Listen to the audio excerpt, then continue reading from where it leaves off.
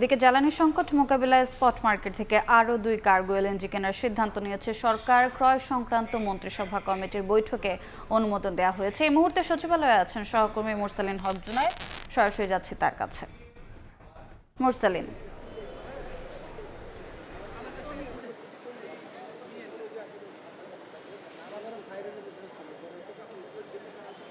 সচিবালয়ে ত্রয়োদশ জাতীয় সংসদ নির্বাচনের পর যে গুরুত্বপূর্ণ একটি বৈঠক, সেটি প্রথমবারের মতো প্রধানমন্ত্রী তারেক রহমানের নেতৃত্বে যে সরকারটি, সেটির সরকারি ক্রয় সংক্রান্ত কমিটির বৈঠক হয়েছে। এই বৈঠকটি ইতিমধ্যে শেষ হয়েছে এবং এই বৈঠকের পাশাপাশি এই মুহূর্তে সচিবালয়ে প্রধানমন্ত্রী তারেক রহমানের সভাপতিত্বে মন্ত্রিপরিষদের যে সভা, সেটি অনুষ্ঠিত হচ্ছে। মূলত আজকের এই মন্ত্রী পরিষদ বা মন্ত্রীদের যে সরকারি ক্রয় সংক্রান্ত যে কমিটির বৈঠকটি ছিল, সেটির একটি অন্যতম বড় ইস্যু কিন্তু আছে। সেটি হচ্ছে যে স্পট মার্কেট থেকে এলএনজি ক্রয় করছে এবং সরকার, এবং সেই বিষয়টি অনুমোদন পেয়েছে। পাশাপাশি মধ্যপ্রাচ্যে যে যুদ্ধ পরিস্থিতি চলমান রয়েছে, সেই চলমান যুদ্ধ পরিস্থিতির কারণে হরমুজ প্রণালী দিয়ে যে তেলবাহী, যে অর্থাৎ জ্বালানিবাহী যেই জাহাজগুলো রয়েছে, সেগুলোর চলাচলে যে বিঘ্ন সৃষ্টি হয়েছে, তার ফলে কিন্তু সারা বিশ্বের মতোই বলা চলে যে এক ধরনের জ্বালানির যে সরবরাহ বা আমদানি, এই বিষয়টি নিয়ে এক ধরনের যে আতঙ্ক পরিস্থিতি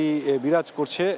বাংলাদেশেও কিন্তু যেটি বলা যায় যে আতঙ্কে ক্রয়ের যে অবস্থা, সেটিও কিন্তু চলছে। যদিও সরকারের পক্ষ থেকে কিন্তু বারবার বলা হচ্ছে যে জ্বালানির যে সরবরাহ, তার মজুদ যথেষ্ট পরিমাণে রয়েছে এবং তারা প্রয়োজনে অধিক অর্থ দিয়েও ক্রয় করার একটি সিদ্ধান্ত সরকারের পক্ষ থেকে কিন্তু মোটামুটিভাবে নেয়াই আছে। এবং এখন যেই বিষয়টি দেখা গেছে যে আজকের প্রথম যে সরকারি ক্রয় সংক্রান্ত কমিটির বৈঠকটি হয়েছে, সেখানে কিন্তু গুরুত্বপূর্ণ অংশ হিসেবে বাংলাদেশ ব্যাংকের গভর্নর, জাতীয় রাজস্ব বোর্ডের চেয়ারম্যান, তারাও কিন্তু যোগ দিয়েছিলেন। এবং সেই ক্রয় সংক্রান্ত কমিটির বৈঠক শেষ হওয়ার পরপরই, অর্থাৎ বেলা 4:30টার দিকে যেই মন্ত্রিপরিষদের সভাটি শুরু হয়েছে প্রধানমন্ত্রী তারেক রহমানের সভাপতিত্বে, সেই বৈঠকেও কিন্তু মন্ত্রীদের বাইরেও গুরুত্বপূর্ণ, অর্থাৎ রাষ্ট্রের আর্থিক যে ব্যবস্থাপনা সংক্রান্ত যে 2 গুরুত্বপূর্ণ ব্যক্তি, অর্থাৎ বাংলাদেশ ব্যাংকের গভর্নর এবং জাতীয় রাজস্ব বোর্ডের চেয়ারম্যান, তারা দুইজনও কিন্তু এই মন্ত্রিপরিষদের যে সভা, সেখানে তারা যুক্ত হয়েছেন। এই বৈঠকের পরে মূলত মন্ত্রিপরিষদ সচিবের পক্ষ থেকে উভয় বৈঠকেরই